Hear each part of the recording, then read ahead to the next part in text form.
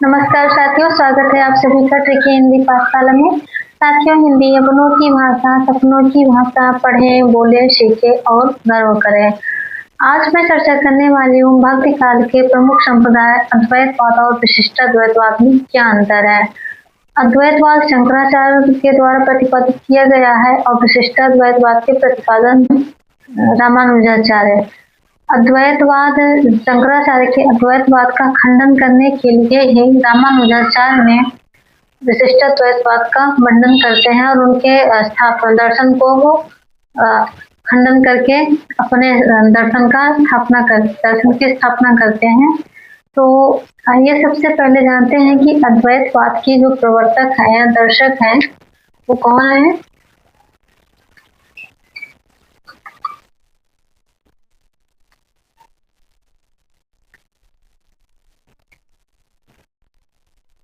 अद्वैतवाद और इधर है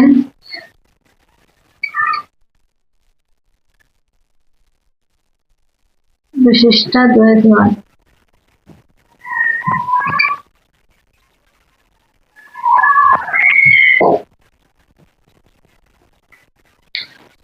अद्वैतवाद का खंडन करके शंकराचार्य ने विशिष्टाद्वैतवाद की स्थापना किया है और इसके जो वो है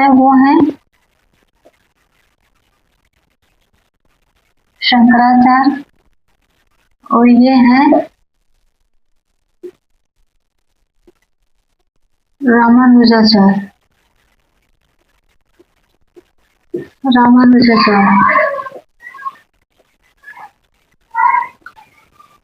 शंकराचार्य हैं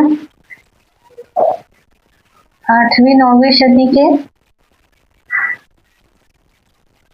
और ये हैं 12वीं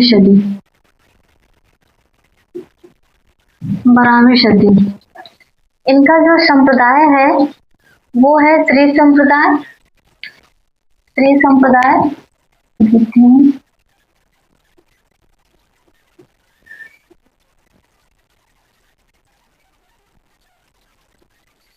श्री संप्रदाय और इनका है स्मार्त संप्रदाय।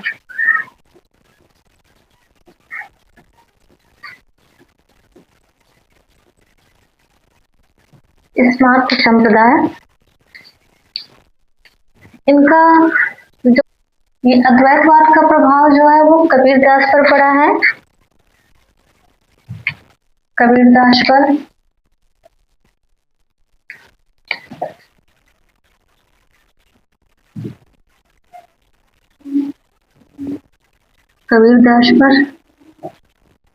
और इनसे प्रभावित हैं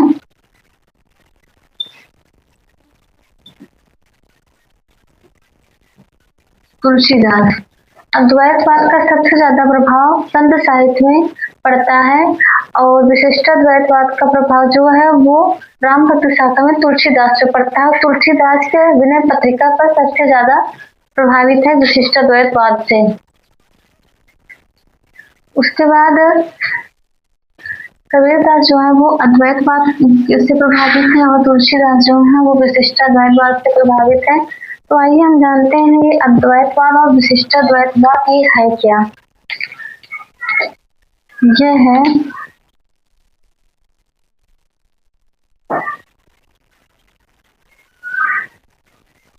ये है ब्रह्म और ये है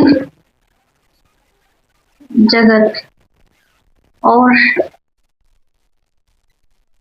ये है ब्रह्म और ये है जगत। देखिए, अद्वैतवाद और विशिष्टाद्वैतवाद को जानने से पहले हमें ब्रह्म, जीव, जगत, माया, संसार इन सब के बारे में भी जानना जरूरी होता है, तभी ये सब समझ में आएगा। देखिए, अद्वैतवाद क्या कहलाता है, मतलब अद्वैत से अर्थ मतलब अद्वैत नाम से ही स्पष्ट है कि ना द्वैत अर्थात सिर्फ एक, अद्वैत दो नहीं सिर्फ एक। तो यहाँ पे ये क्या कहते हैं शंकराचार्य कि ब्रह्म जो है, ब्रह्म सत्य है और जगत मिथ्या है। इसके अंदर जो जीव है ये ब्रह्म का ही एक अंश है। जब जीव ब्रह्म का ही अंश हो गया तो उन्होंने जगत को मिथ्या माना है। ब्रह्म और जीव के बीच में ये जो माया है, ब्रह्म और जीव के बीच में माया होती है और ब्रह्म के द्वारा जब हमें ज्ञान हो जाता है, ब्रह्म के द्वारा हमें जब ज्ञान हो जाता है तो ये माया जो है हट जाती है, ये माया हट जाती है। ब्रह्म सत्य है, जगत मिथ्या है। ब्रह्म और जगत के बीच में ये जो माया है ये ज्ञान के द्वारा जब हट जाती है तो हमें पता चलता है कि ब्रह्म का अंश ही जीव है था। जीव ब्रह्म का एक अंश है। जब जीव ब्रह्म का अंश है तो उन्होंने जगत को मिथ्या माना है। यही कारण है कि संत साहित्य में प्रकृति चित्रण नहीं मिलता है। क्यों नहीं मिलता है? क्योंकि इन्होंने जब जगत को ही मिथ्या मान लिया है तो जगत की सारी वस्तुएं, पेड़ पौधे, नदी, पहाड़ ये सब मिथ्या मानते हैं, तो इसलिए इन्होंने प्रकृति चित्रण नहीं किया। अगर किया भी है तो माया के रूप में किया है, माया को बताने के लिए किया है। तो यहाँ पे ये शंकराचार्य कहते हैं, कि ब्रह्म सत्य है और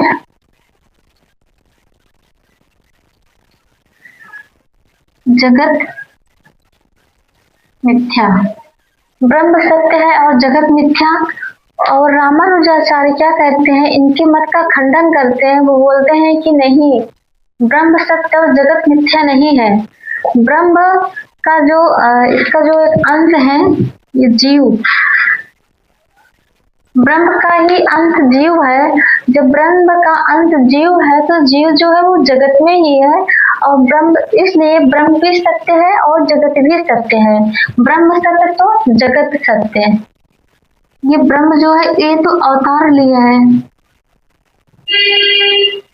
तो इसलिए कहते हैं कि ब्रह्म सत्य है, ब्रह्म सत्य है, ब्रह्म सत्य तो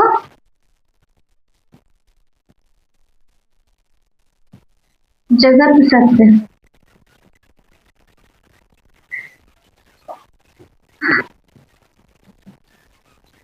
ब्रह्म सत्य है तो जगत भी सत्य है, ये शंकराचार्य कहते हैं। और अद्वैतवाद क्या कहलाता है कि ब्रह्म सत्य है और जगत मिथ्या है। जो ब्रह्म सत्य है और जगत मिथ्या है, अर्थात ये सत्य है और ये मिथ्या है। और इन्होंने माना है कि ब्रह्म सत्य है तो जगत सत्य है। विशिष्टाद्वैतवाद का सबसे ज्यादा प्रभाव तुलसीदास की विनय पत्रिका रचना पे पड़ता है और कबीरदास पे अद्वैतवाद का प्रभाव पड़ता है। इसलिए संत साहित्य में जगत, जीव, ब्रह्म को माया बताया गया है और उसको मिथ्या बताया गया है। और तुलसीदास ने उसी ब्रह्म, जीव, जगत को सगुण और निर्गुण दोनों रूपों में देखते हैं कि नहीं, ब्रह्म जो है वो सगुण साकार है और संत मानते हैं कि ब्रह्म निर्गुण और निराकार है। इसीलिए कबीर के राम और तुलसी के राम में अंतर है। कबीर के राम जो है निर्गुण निराकार है और तुलसी के राम जो है वो सगुण साकार है।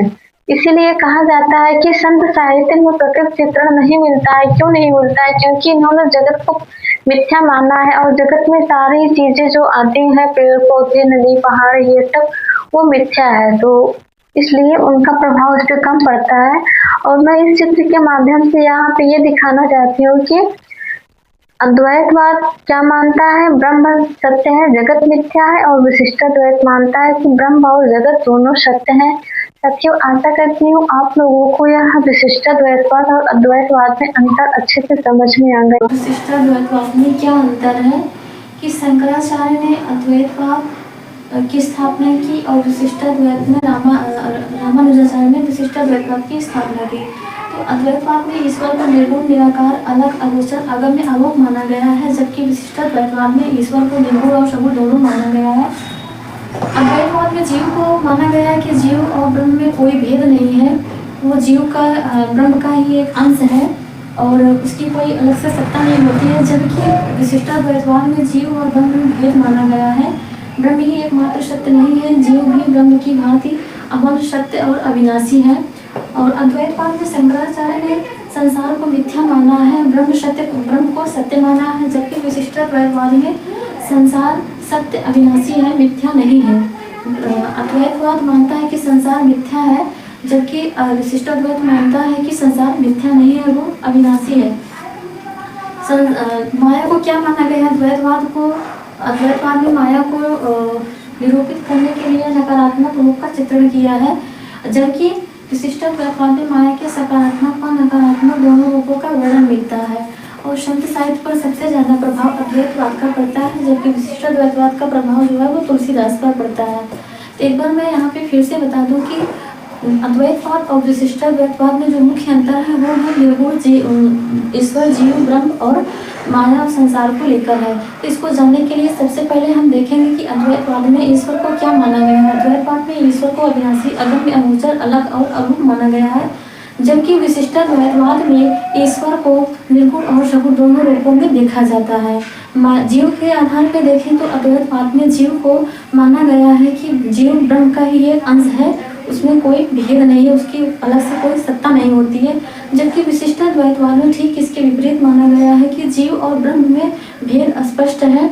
जीव भी अमल और ब्रह्म का ही एकमात्र सत्य नहीं है, जीव भी सत्य है। जीव ब्रह्म की भांति अमल है, सर्वतेज और अविनाशी है, जबकि इसमें संसार को मिथ्या माना गया है और ब्रह्म को सत्य माना गया है। विशिष्टाद्वैतवाद में संसार मिथ्या नहीं है ऐसा माना गया है। और माया का जो चित्रण किया गया है वो नकारात्मक रूपों के लिए किया गया है अद्वैतवाद में। अद्वैतवाद में माया का चित्रण नकारात्मक रूप के लिए किया गया है, जबकि विशिष्टाद्वैतवाद में माया जो है वो सकारात्मक और नकारात्मक दोनों रूपों में आती है।